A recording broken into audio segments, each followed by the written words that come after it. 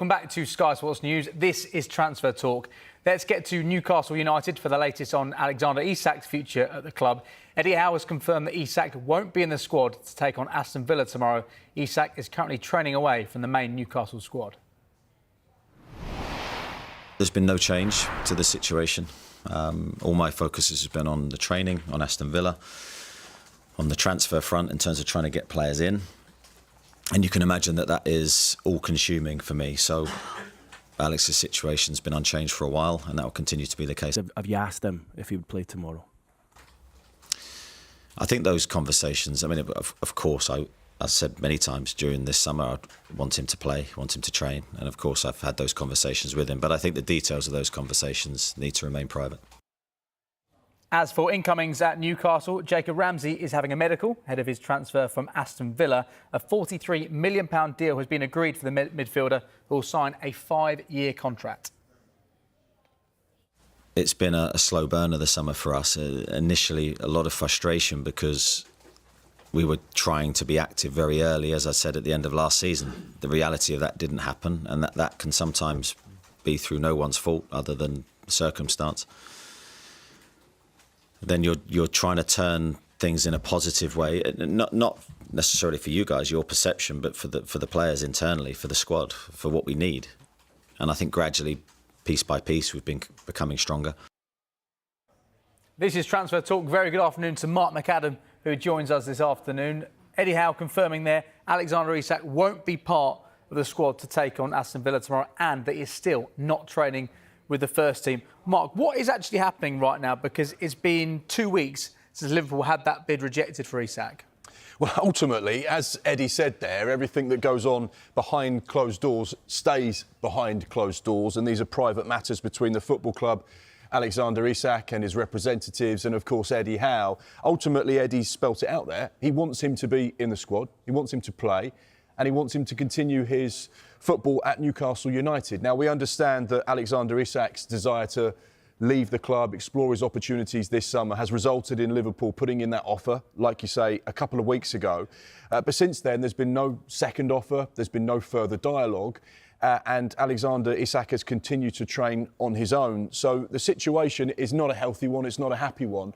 But I think with every day that passes, Alexander Isak still remaining at Newcastle United means that there is a greater chance that he will still be at Newcastle United on September the 2nd. I think some of the things that have happened over the last few weeks have been really tactics that agents use to try and force the selling club's hand, try and engineer a move, the noise in the media, the speculation day to day, the traction that this has gained on social media. Some of the posts attached to some of these stories with regards to Alexander Isak have been going over 20 million views, 20 million hits, because this is big business. People want to know what's going on. There's two football clubs at the centre of this tug of war, and therefore there is a lot of fans talking about what's happening and what's next, and a lot of stories get written. I think the clear thing we know is he is still a Newcastle player. There is no desire for them to sell one of their key stars, someone who will lead the line in their Champions League campaign, someone that could spearhead them to the top four of the Premier League again. And the problem for Newcastle is trying to replace someone like him, as they've discovered over the course of this summer. He's almost irreplaceable. They've tried with a number of targets, João Pedro, Benjamin Sesko, Liam Delap. They couldn't get any of these deals over the line for various reasons. Ekitike as well. Ekitike, another one. So therefore, how do you replace someone like Alexander Isak, who would only ever leave Newcastle if they had someone they considered to be top class? So therefore, the chance of him leaving right now, it feels like it's diminishing day by day. So the answer is there is no news, but with every day that passes, that's a good thing for Newcastle United fans because it means they've still got Alexander Isak in the building. If he is still there on September the 2nd, I'm pretty certain that all of this fractious relationship that exists at the moment will start to dissipate. They'll get on the same page. Newcastle need him, he needs Newcastle, and they can start to focus on him being in the team, scoring goals and doing what he does best. The good news for Newcastle, they confirmed the deal to sign Malik Chow earlier on this week. He may be in the squad tomorrow. Jacob Ramsey having a medical at Newcastle right now. Will those two be joined by Johan Wissa anytime soon? it's funny, isn't it? One thing happens and suddenly fans start to say, right, does that mean that we can get the player that we want? We know there is an interest from Newcastle in Johan Wissa. We are expecting Newcastle United to move quickly to try and engineer this deal. We know that Johan Wissa's agents and representatives are currently in the UK at the moment. And their sort of belief is that Newcastle United will now engage with Brentford, and Brentford, unwilling to sell, will start to engage with Newcastle United over a potential deal. They obviously want to try and reinforce their attack as well, which they're now getting closer to doing with the signing of Dango Ouattara. We understand that one is agreed in principle, so therefore they are adding Premier League proven attacker to their ranks.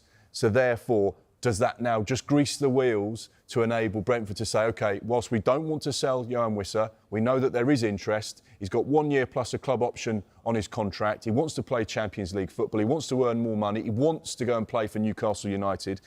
Whilst we don't want to sell him, providing the price is right, yes, let's talk about a potential deal. Newcastle United fans will hope that that happens quite quickly. Brentford fans disappointed probably that it's come to this because he's been such a good servant for them. 45 goals in 137 Premier League appearances, 23 goal involvements last season. That fabulous relationship with Brian and Mbeumo. He's gone to Man United. It looks like Wissa's going to be heading out. But at the minute, Newcastle fans just have to remain a little bit more patient. OK, let's get from Newcastle to Nottingham Forest because they're ramping up their transfer business. Anton Tolui will be speaking to Nuno Espirito Santo this afternoon. Anton, great to see you. Could there be 4 new players in at Nottingham Forest? Yeah, there really could be 4, maybe as many as 5 over the next few weeks. But we'll bring you up to date on everything that's happening here at Nottingham Forest. First one, Omari Hutchinson, the winger from Ipswich. A £37.5 million deal has pretty much been agreed between the two clubs. We're getting close to the medical stage now. That deal is one that looks to be progressing quite nicely. Deal number 2 is the long-mooted move for James McAtee, the Manchester City midfielder slash sort of wide player. Now, he's been in talks, and City and Forest have been in talks for quite a while about potentially trying to get a deal over the line as well. We understand that a deal worth up to £30 million was agreed yesterday with Manchester City. So again, we're getting close to the medical stage on that one. That's a deal that was a little bit more complicated. It includes various bonuses and buyback clauses and that kind of thing. So that's why it took a bit longer to get to this stage. But again, that's another move trending in the right direction, which is great news for Nottingham Forest, considering they were facing some big name opposition to try to get McAtee's signature, including 2 of the biggest teams in Germany, in Bayer Leverkusen and Borussia Dortmund as well. Player number 3 to look out for is Douglas Luiz, obviously the former Aston Villa midfielder who's now at Juventus. Talks between Nottingham Forest and Juventus are still ongoing about potential move for him.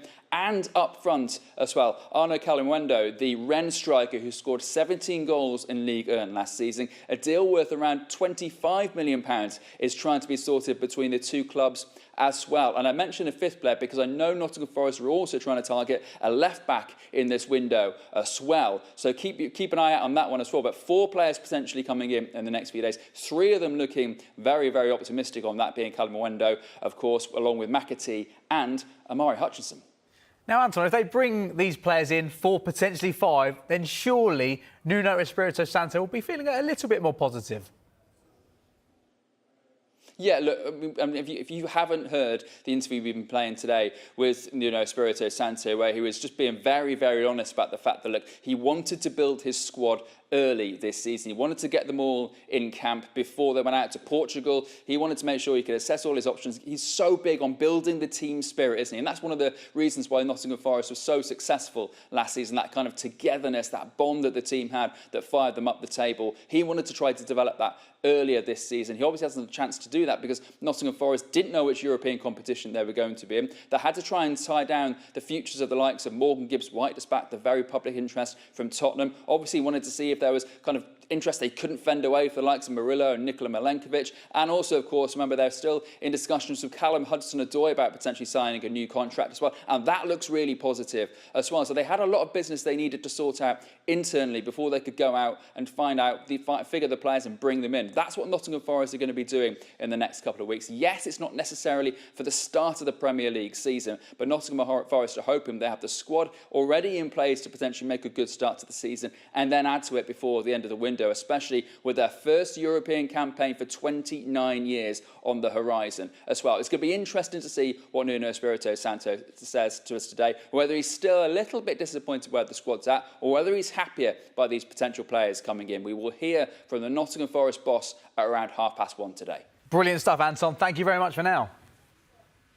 So, Mark, it looks like Nottingham Forest will be really busy over the course of the next few days. But how frustrated will Nuno Espirito Santo be that they've not got these players through the door yet?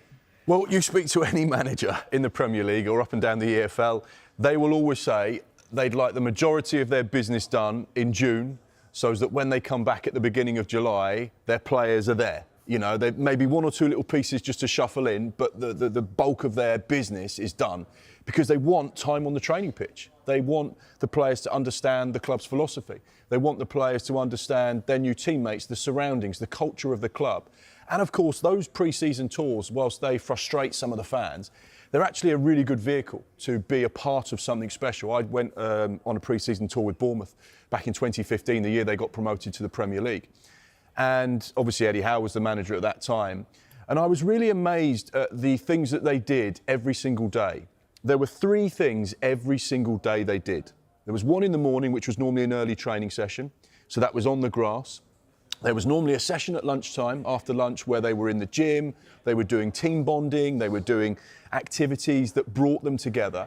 And then in the evening, there was either another training session or there was an activity. Went and watched some baseball, went and watched some football, went and did something together, went bowling. So those pre-season tours and that 6 weeks you have before the season starts is so key to bring that squad together, because I've never heard of a football team that's been successful that's had a bad dressing room.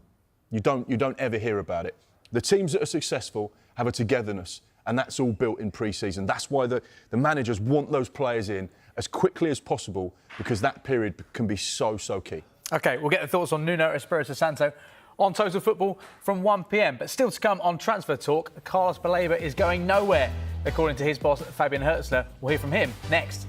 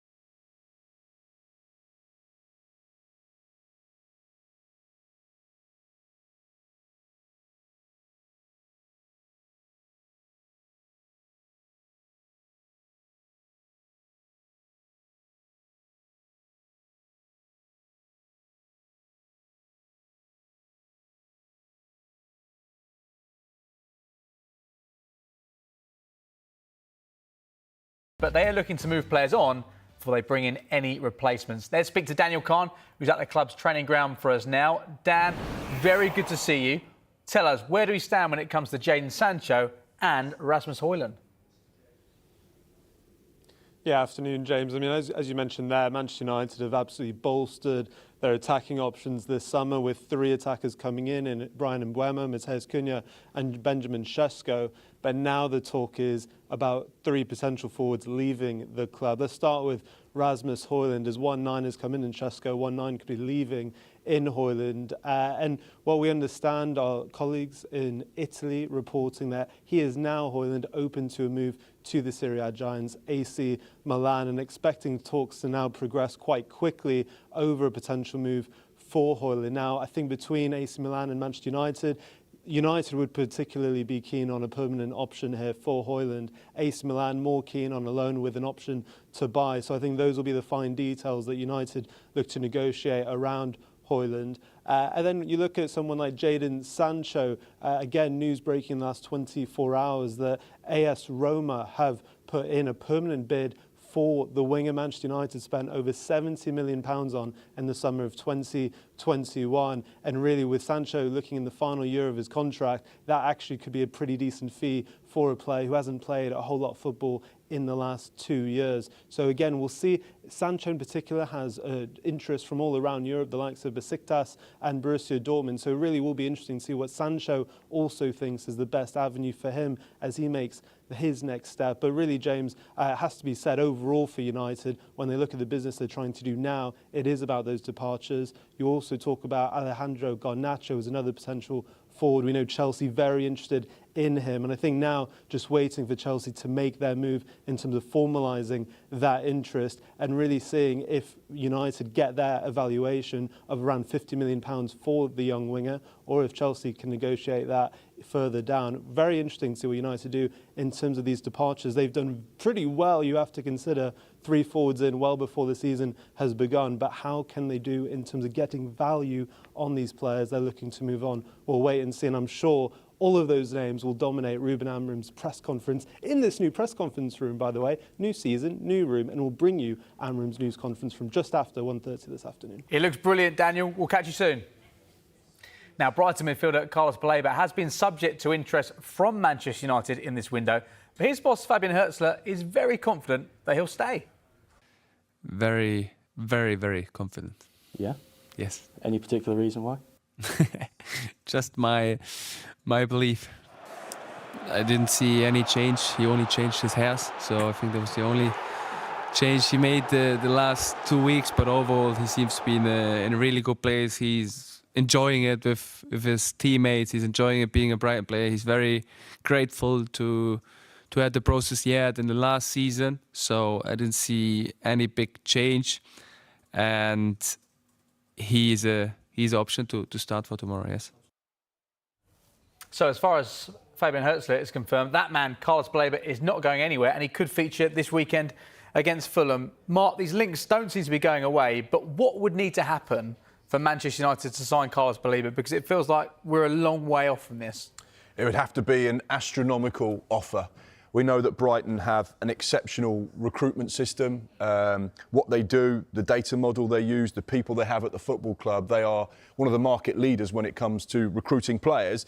And you have to remember, they spent £25 million on getting Carlos Baleba from Lille a couple of years ago, and he's only 21 years old. They signed a 19-year-old. And obviously their model is always to develop players, to coach them, to improve them.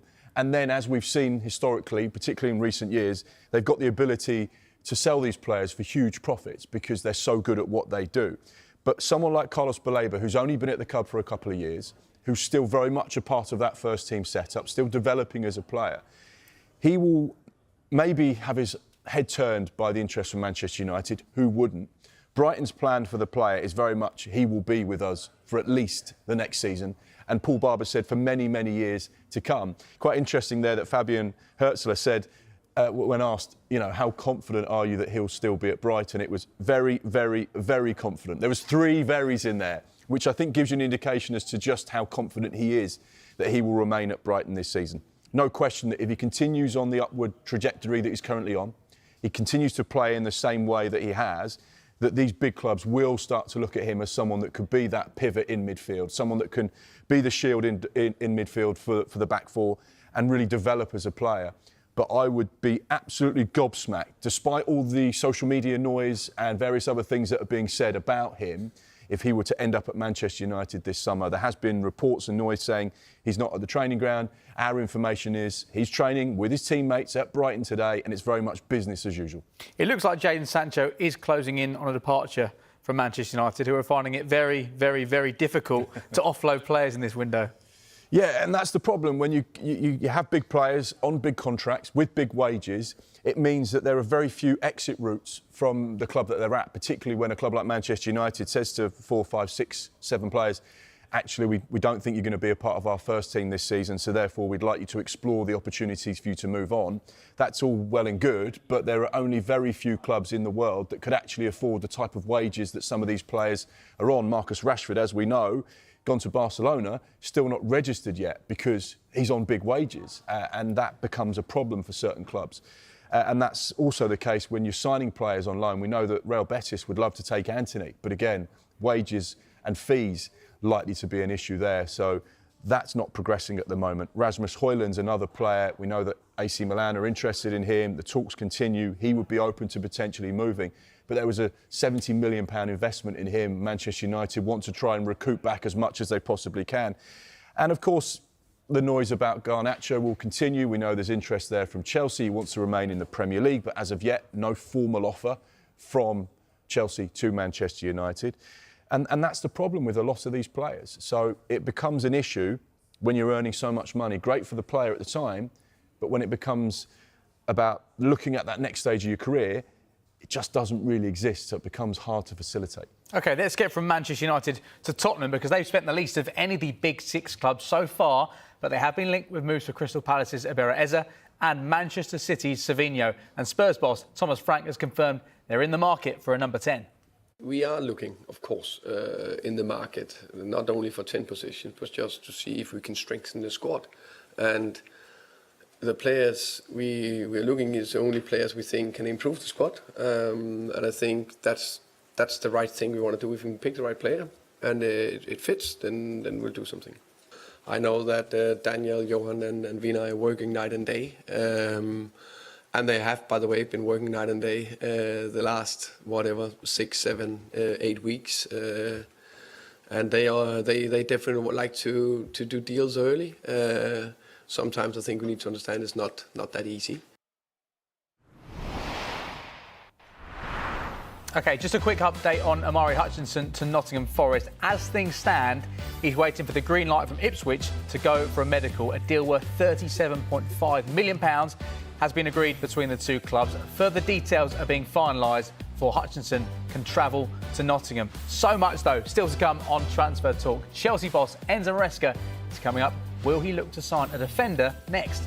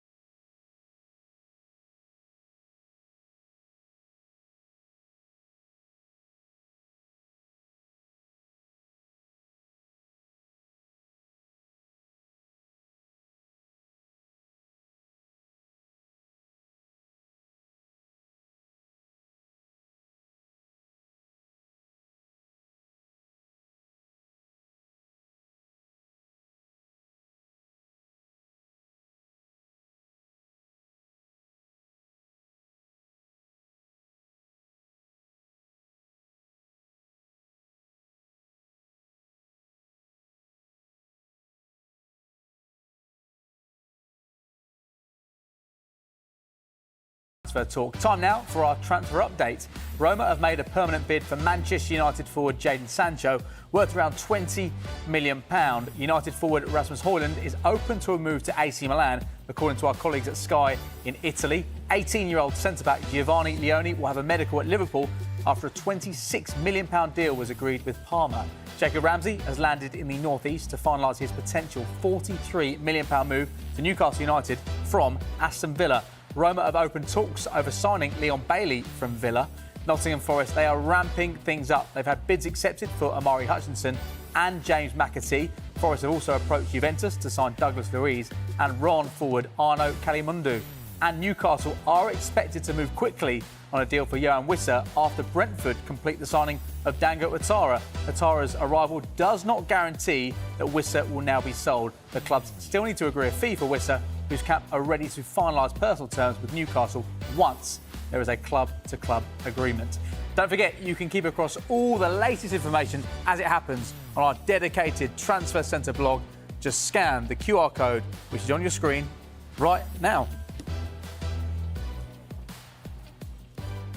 Now, with Levi Colwill being ruled out for the majority of the season with a serious knee injury, Chelsea head coach Enzo Maresca says they need a replacement. Is a different solution internally or externally? We are trying to find solution internally, but the club know exactly what they think, and we'll see what's happening. What do you think?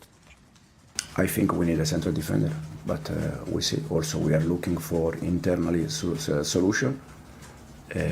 But as I said, the club knows exactly what they think. Last year we played 64 games, and we played 64 games with Levi and Tosin. Now Levi's out. The only one that he can do that job well is Tosin. But we have Premier League, Champions League, these kind of players. The rest they can adapt. Ato, that is a new one. He never played making three, the guy in the middle last season. So it's not about be central defender. It's, yes, central defender, but he has to do what? He can do that. Can he do that? It's different. So Enzo Maresca making it clear he thinks the club need to sign a central defender. Mark, given the number of options that Maresca has at his disposal in terms of centre-backs, do you think Chelsea should be looking at what they have internally rather than going into the market once again? Well, the first thing you get from that interview with Enzo Maresca is maybe a lack of confidence in some of the players he has, or that they just can't do exactly what he wants them to do, particularly when you look at Levi Colwill, who was one of the most successful short passers in the Premier League last season, 2,241 passes behind only Virgil van Dijk, Saliba and Gvardiol. So he is key to playing out from the back. These are the options that Chelsea have at centre-back. One of the things that Enzo also said in his press conference was when we build with Levi in the middle. It's different than the left side. Levi is out. The only one who can do that job well is Tosin. Hato is a new one. He never played as the guy in the middle last season. Central defender, yes, but it's different. Also, we have players that unfortunately have some problems, and this is the reason why I said the club knows exactly what I think about central defenders. Those are the options he currently has. It would surprise me that they went into the market for a centre-back, but it certainly feels like the vibes you're getting from Enzo in his press conferences there, that's a key position.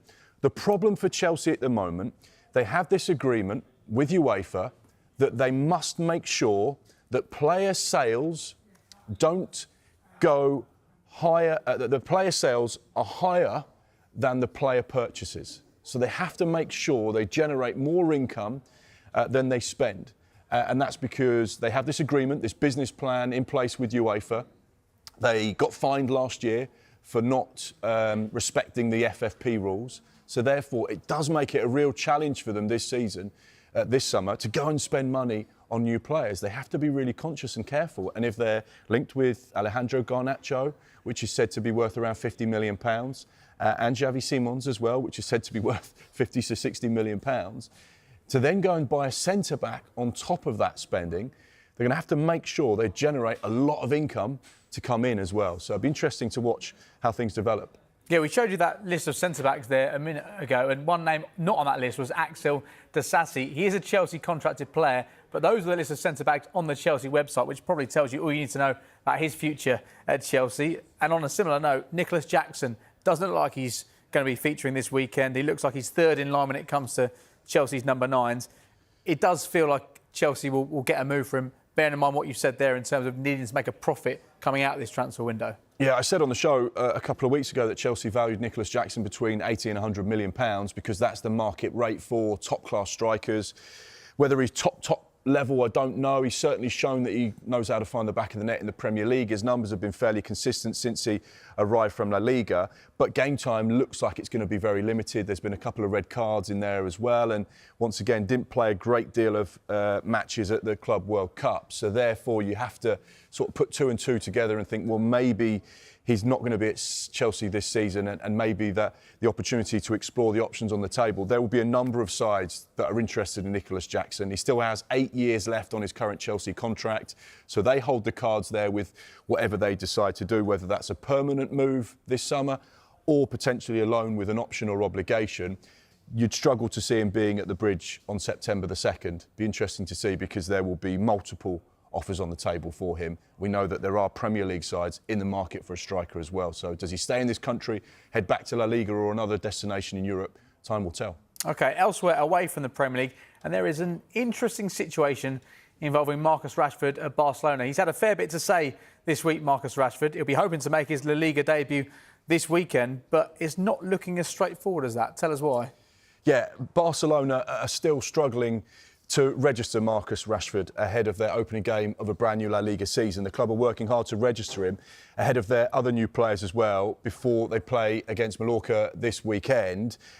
We know that this is an issue that Barcelona have suffered with for a number of summers now as they try and just sort the club out off the pitch financially. They have huge debts which are making it very difficult for them to register and sign players and spend money. Everything they do has to be checked and verified by La Liga. They work together with La Liga about what they can do, and La Liga essentially say, yes, you can do this, no, you can't do that, and no, we can't register this player because you need to do this. So that involves various mechanisms that they've used in the past. They've sold off various assets, they've done deals on various media rights. And one of the things that they're currently exploring at the moment is board members are prepared to inject their own cash into the club to try and help with Rashford's registration. However, that still needs to be ratified by La Liga, who decide every club's seasonal spending and caps on wages. Rashford can be registered right up until the moment the club hands their team sheet to the referee on the day of the game. So slightly different to the rules in the Premier League where it has to be done in advance. Some of the question marks are Wojciech Szczesny, Gerard Martin, Rooney Bagaji and Marc Bernal as well. So there are issues for other players, not just Marcus Rashford. If they're not registered by the deadline of September the 1st, they will not be able to play for the club until at least January, when the registration window opens again. So Barcelona, Marcus Rashford, in a race against time to get this sorted and get him registered. OK, let's wait to see if Marcus Rashford does make his debut for Barcelona tomorrow in La Liga. We'll keep you right across that on Sky Sports News. But next, we'll be previewing the new Premier League season, which gets underway in just a few hours' time. Who's done the best business so far, but who has plenty of work to do?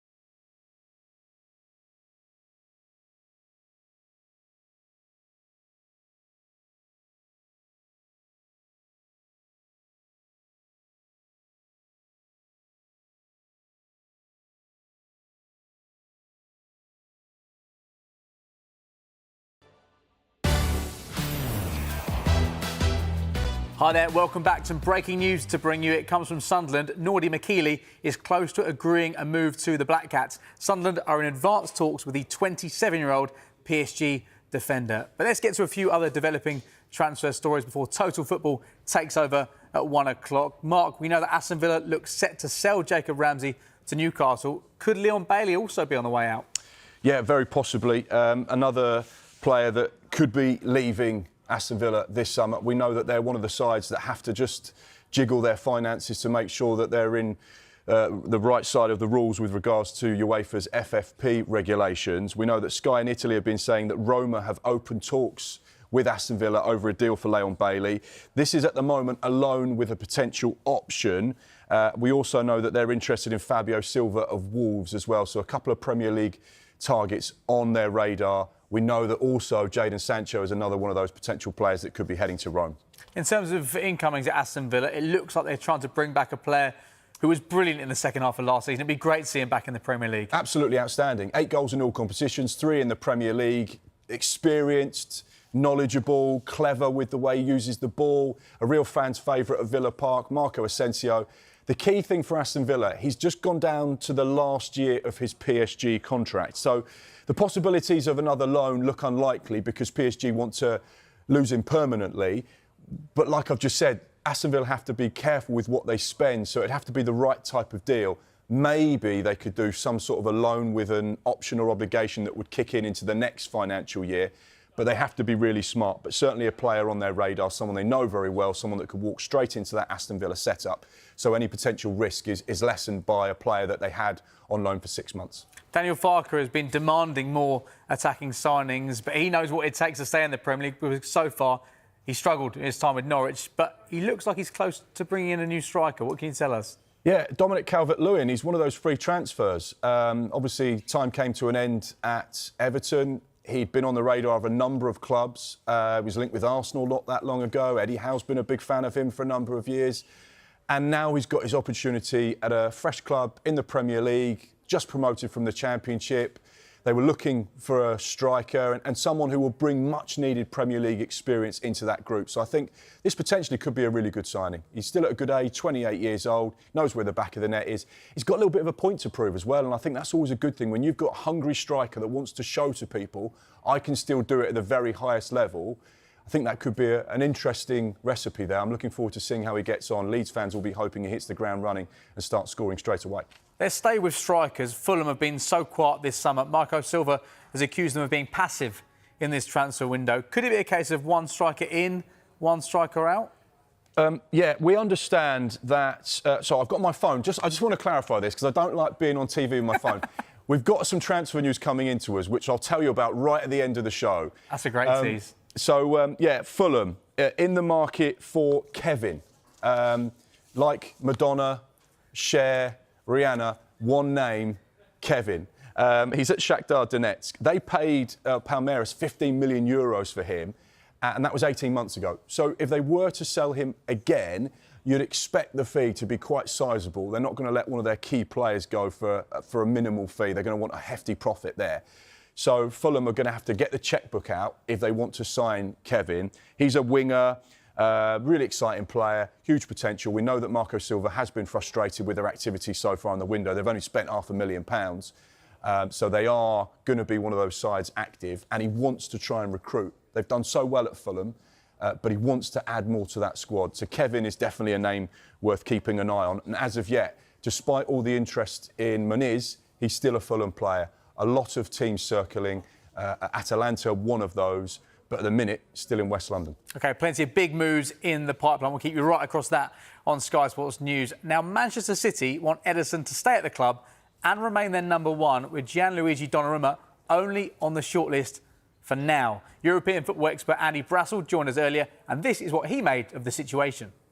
Is kind of a hangover from this superstar era, both in terms of the wages he wants to renew and in terms of the fact that they've moved on from these big names like Mbappe and Neymar and Messi. So he belongs to an old era of PSG, really.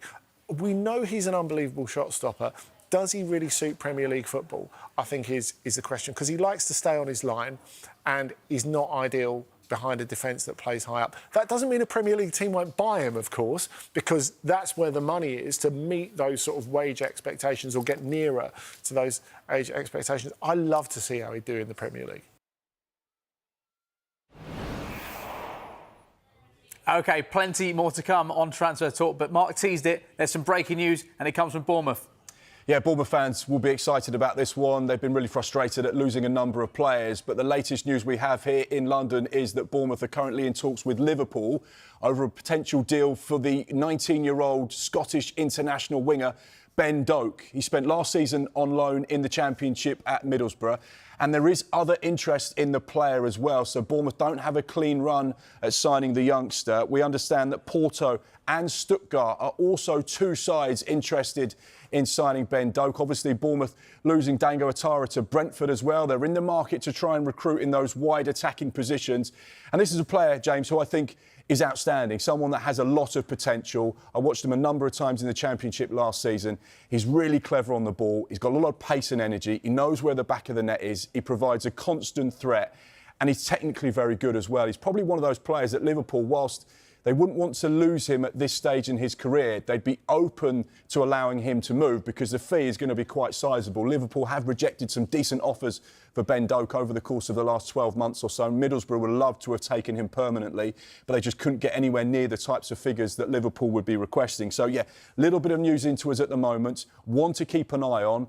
Premier League interest, teams in Europe interested, but at the moment it's Bournemouth that are leading the talks with Liverpool over a deal for Ben Doak. And you think the talks may continue today at Anfield, with Bournemouth travelling to Liverpool on Sky Sports this evening? Some boardroom chatter. Staying with Bournemouth, how do you think they'll be feeling making the trip up today? Because it has been a summer of turnaround, a real changeover when it comes to the back line in particular. Yeah, well, obviously, of the 5 players in the back line, if you include the goalkeeper, only one of them is still at the football club. They've lost Milos Kerkez to Liverpool. They've lost Dean Howson to Real Madrid. They've lost Ilya Zabani to the European champions PSG. And Kepa's gone back to Chelsea and then to Arsenal. They've replaced all of those players, bar Dean Howson. So it's going to be a new look back four for Andoni Iraola tonight at Anfield in the opening Premier League game of the season. I should imagine that Bofodo Diakite, whilst he hasn't played any pre-season matches with Bournemouth, he has had a few training sessions. He will certainly be in the squad. There's a very good likelihood that he will actually play alongside Marcos Senesi tonight. Be interesting to see that Bournemouth line up a little bit later on. But whilst there is a lot of frustration, there's still a lot of talent. Anton Semenyo signed a new contract. They've shaved a few players off the wage bill as well. Neto's gone back to Brazil, Mark Travers to Everton.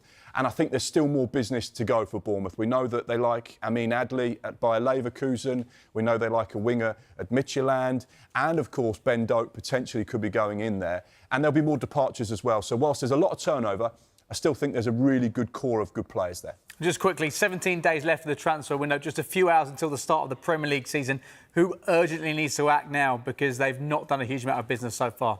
Well, I think it's the teams in the middle run. The teams that finished sort of mid-table last season are the ones that have struggled. Newly promoted have been active, teams at the top end have been active, but these sides are the ones that probably need to do the most amount of business. We know that Marco Silva's frustrated. Crystal Palace have had that cloud hanging over them about what type of European football they'll have. Now that that's sorted, hopefully they can go into the market. Bournemouth, one or two more, maybe in the next few days. We know that Aston Villa are restricted with what they can do financially. Wolves, again, very quiet. So all these sides, I'd imagine, will be quite active over the next 17 days or so. Mark, thank you very much for now. Transfer Talk, we're back next Monday at 12 p.m. But coming up next on Sky Sports News is Total Football. We'll be hearing live from Mikel Arteta, Ruben Amorim and Nuno Espirito Santo as Nottingham Forest close in on 4 or maybe 5 new signings, plus Unai Emery, David Moyes, Vitor Pereira, Daniel Farke and Oliver Glasner coming up for you from 1 p.m. And don't forget, the Premier League gets underway tonight, live on Sky Sports.